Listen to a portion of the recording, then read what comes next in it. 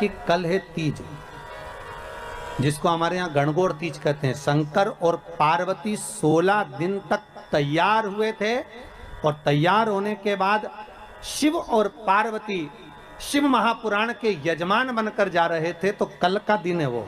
कौन सा दिन है कल का? गणगौर तीज का दिन, कल का दिन। चैत्र के महीने में जो शुक्ल पक्ष की तीज आती है, वो चैत्री नवरात्रि में जो तीज की तिथि होती है, उस दिन शंकर और पार्वती शिव महापुराण के यजमान बनकर कथा सुनने के लिए गए थे। 16 दिन तक पार्वती और शंकर का श्रृंगार होता है। आज ये हमारा स्वरूप ईश्वर जी और गोरा जी के रूप में, गणा और गौर के रूप में पृथ्वी पर पूजाएगा। इसलिए गणगौर पृथ्वी पर 16 दिन की होती है। तुमरुका जी, हमें कथा करवाना है। तुमरुका जी बोले बिल्कुल करें, क्या दिक्कत, कराओ। पर दिक्कत इतनी सी है तुमरुका जी, तुरंत बोले तुमरुका जी, दिक्कत इतनी सी है कि देवी मैं कथा तो बांट दूंगा, पर कथा का यजमान जो बने वो कोई जोड़े से तो बैठे, और तुम तो बेदव्य हो, कैसे बैठोगी? चंचुला देवी की आंख में आंसू भर गए। अब कथा कैसे हो? चंचुला जी वापिस जागे और कैलाश पर जाकर मौन होकर बैठ गई। फिर पार्वती जी ने पूछा, अब तू चुप होकर क्यों बैठी है? भाई होता है, माँ तो माँ होती है, पार्वती मैया तो भी माँ जगतजननी जगदम्बा पूछ रही है, तू फिर चुप होकर बैठ गई। हुआ क्या कि कथा सुनाने वाला तो मिल गया फिर, पर जजमान नहीं मिला। जजमान तो तू थी तो सही, परंतु मैं तो बेदब, अब कथा कैसे सुनूं? तो कथा तो सुन लूंगी, पर करूं क्या?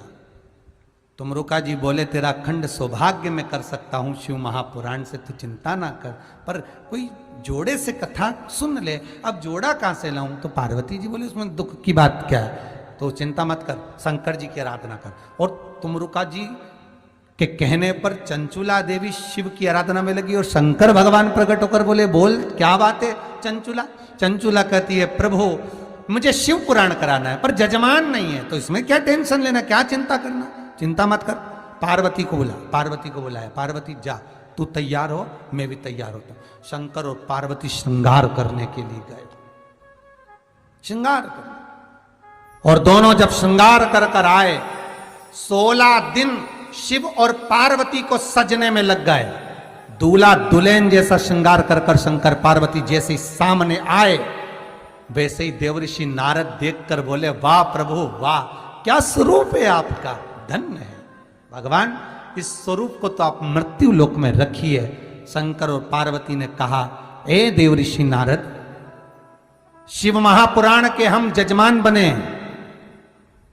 सुंदर रूप धारण कर कर हम कथा के यजमान बनकर जाते हैं। आज ये हमारा स्वरूप ईश्वर जी और गोरा जी के रूप में, गणा और गौर के रूप में पृथ्वी पर पूजाएगा। इसलिए गणगौर पृथ्वी पर 16 दिन की होती, 16 दिन।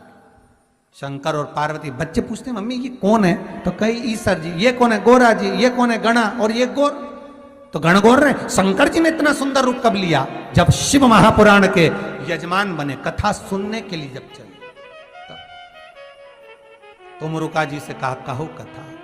ये तुम आज भारत की भूमि की सभी माताओं को, माता पार्वती, गणगौर महारानी, ब्रह्मचारिणी महारानी, माँ जगतजननी आपके सुहाग को अखंड सौभाग्यवती बनाए, यही भगवान से प्रार्थना। चैत्र के महीने की ये सिंधारा दूज है। आज नवरात्रि की, चैत्री नवरात्रि में जो दूज होती है, इसको सिंधारा दूज कहते हैं। कौन सी दूज कहते हैं? जम के बोलिए। सिंधारा दूज।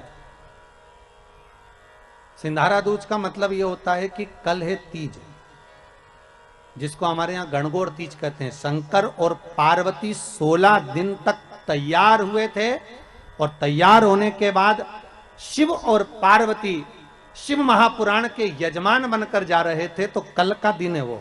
कौन सा दिन है कल का? गणगौर तीज का दिन, कल का दिन। चैत्र के महीने में जो शुक्ल पक्ष की तीज आती है, वो चैत्री नवरात्रि में जो तीज की तिथि होती है, उस दिन शंकर और पार्वती शिव महापुराण के यजमान बनकर कथा सुनने के लिए गए थे। 16 दिन तक पार्वती और शंकर का श्रृंगार होता है। उसमें से आज का दिन सिंधारा दूज का होता है। क्यों सिंधारा दूज कहते हैं? सिंधारा दूज का मतलब क्या है? क्यों हिंदू धर्म में सिंधारा दूज मनाई जाती है? किस लिए? आज पूरे भारत की भूमि पर कई माताएं हाथ में मेहंदियां लगाती हैं, चूड़ियां पहनती हैं, सुंदर चुनड़ी पहनती हैं, माँ ब्रह्मचारिणी का पूजन करती हैं, माता का आराधना करती हैं। सिंधारा दूज, उसका कारण केवल इतना सा है, सिंधारा दूज का मतलब यह होता है कि चंचुला देवी जब 14 दिन तक शंकर और पार्वती अपने गुफा में से बाहर नहीं निकले शिव महापुराण के यजमान बनने के लिए, तब माता चंचुला देवी ने हाथ जोड़कर मां जगतजननी जगदम्बा को सुंदर वस्त्र, सुंदर चूड़ियां, सुंदर आभूषण माता के चरणों में ले जाकर समर्पित करे थे और कहा, मां इन चूड़ियों को जो मैं दे रही हूं, ये लाल चूड़ी, ये लाल श्रृंगार, ये लाल वस्त्र, जो लाल चूनर जो मैं प्रदान कर रही हूं, मां बस ऐसी कृपा कर दे कि तू इन चूनर को धारण करे और मेरा भी सौभाग्य, मेरा भी सुहाग अमर कर दे, बस इतनी कृपा मेरे ऊपर कर दे। वो सिंधारा दूज का महत्व है।